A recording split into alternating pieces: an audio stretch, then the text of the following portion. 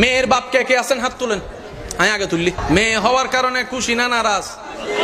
আরেকটা হলে খুশি না নারাজ? আরো একটা হলে খুশি না নারাজ? মেয়ে হচ্ছে আল্লাহর রহমতের নিদর্শন। সুবহানাল্লাহ, জোরে বলেন। এবার হাত নামান, হাত নামান। নবীরও মেয়ে আছে, মা ফাতেমাতুজ জাহরা নাম সবাই।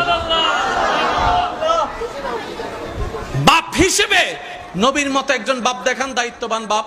বাবা হিসেবে তো আমরাও আছি মেয়ের বাপ, নবী মেয়ের বাপ।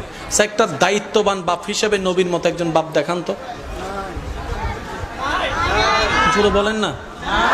স্বামী হিসেবে নবীর মতো একজন স্বামী, ইমাম হিসেবে আমাদের নবীর মতো ইমাম, যোদ্ধা হিসেবে আমাদের নবীর মতো যোদ্ধা, সমাজ নেতৃত্ব দেনেওয়ালা অভিভাবক হিসেবে আমাদের নবীর মতো একজন অভিভাবক। আওয়াজটা একটু বড় লাগবে, অভিভাবক। সমাধান করে দেওয়া, ঝগড়া মিটাই দেওয়ার মতো সুন্দর পরামর্শদাতা হিসেবে আমাদের নবীর মতো একজন, মায়া দেখানোর মধ্যে আমাদের নবীর মতো একজন, সর্বদিকে একটু মনোযোগ দিবেন আমার ভাই ও বোনেরা, সর্বগুণে সর্বদিকে রব্বুল আলামিন যাকে সবচাইতে দামি এবং আজমত ওয়ালা বানিয়েছেন তিনি হচ্ছেন আপনার আমার নবী রাহমাতুল লিল আলামিন।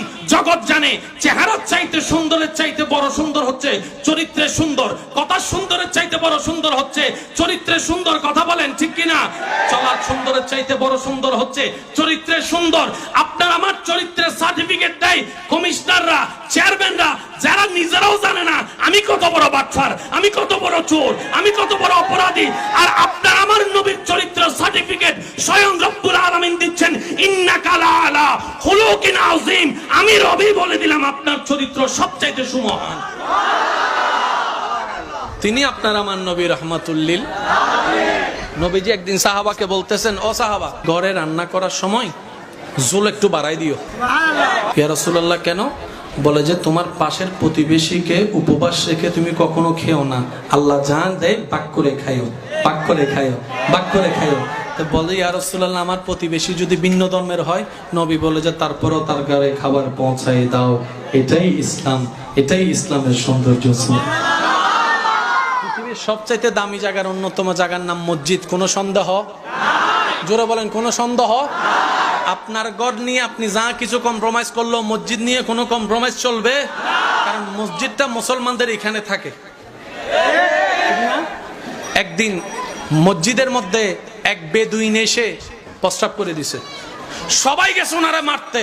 নবী বলে যে দাঁড়াও, প্রস্রাবের মাঝখানে ডিস্টার্ব করিও না, ক্ষতি হবে।